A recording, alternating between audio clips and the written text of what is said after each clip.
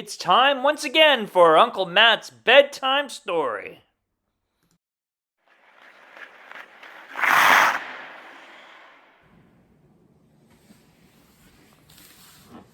Hello, everybody. It's Uncle Matt, and I'm here to read you another bedtime story. And we're reading it today in my man cave. And we got some sports memorabilia here. It is a hockey story we're going to read to you tonight. And I don't know if your hockey team is doing well in your league. Maybe you play hockey yourself. Well, we got a great story tonight. I found it at the library. It's called The Hockey Sweater. And it's written by Roch and illustrated by Sheldon Cohen. Now, Roch is a very popular, I'm finding this out, French-Canadian. Lives in Quebec, is very popular there as well. And this story, I thought, speaks to many Canadians, not just Canadian fans in Montreal, but Canadians in general. Has an interesting twist, too, later on. The Hockey Sweater. This story was copyright originally in 1979, and this edition 2020. Here we go. This is Bienvenue, and the town is Saint Justine in Quebec, population 1,200.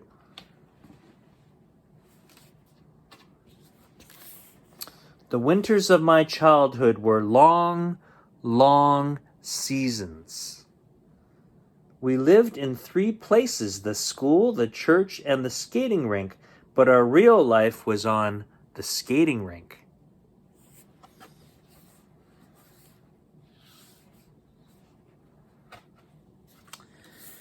I remember very well the winter of 1946.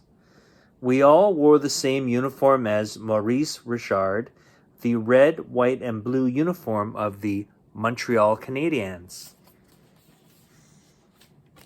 You can kind of see here a picture of the rocket.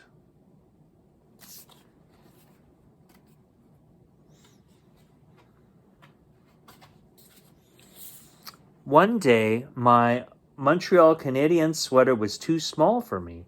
To order my new hockey sweater, my mother wrote in her fine schoolteacher hand, "Dear Monsieur Eaton, would you be so kind as to send me a Canadian sweater for my son Roch, who is 10 years old and a little tall for his age?" You can see that there.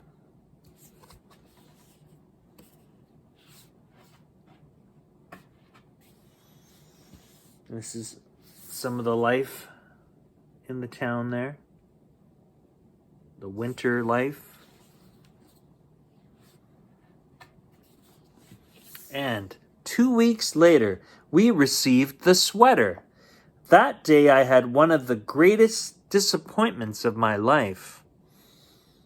Instead of the red, white, and blue Montreal Canadiens sweater, Monsieur Eaton had sent the blue and white sweater of the Toronto Maple Leafs.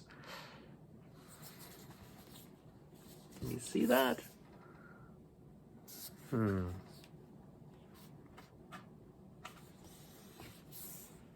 I was crying. I can't wear that. Why not? This sweater is a perfect fit, my mother said. Maurice Richard would never wear it.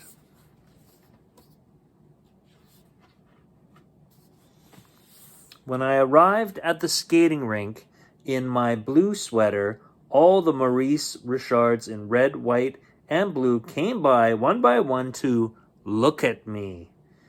The maple leaf sweater weighed on my shoulders like a mountain. The captain came and told me to wait. He'd need me later on defense.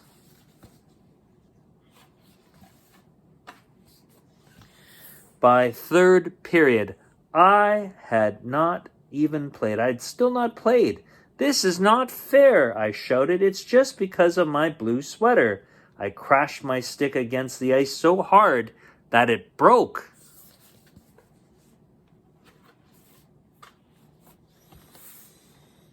Look at that. My child, said the young curate, just because you're wearing a new Toronto Maple Leaf sweater, it doesn't mean you're going to make the laws around here. A good boy never loses his temper. Take off your skates and go to the church and ask God to forgive you.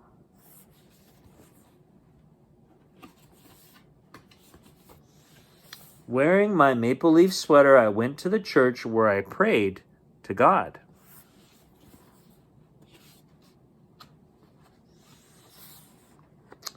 I asked God to send me right away 100 million moths that would eat up my Toronto Maple Leafs sweater. An interesting request to God. That's the end of the story. We never really find out if the moths eat the sweater. Well, that's all the time we have for Uncle Matt's bedtime story. I hope you enjoyed that story, and I'll see you next time. Bye for now.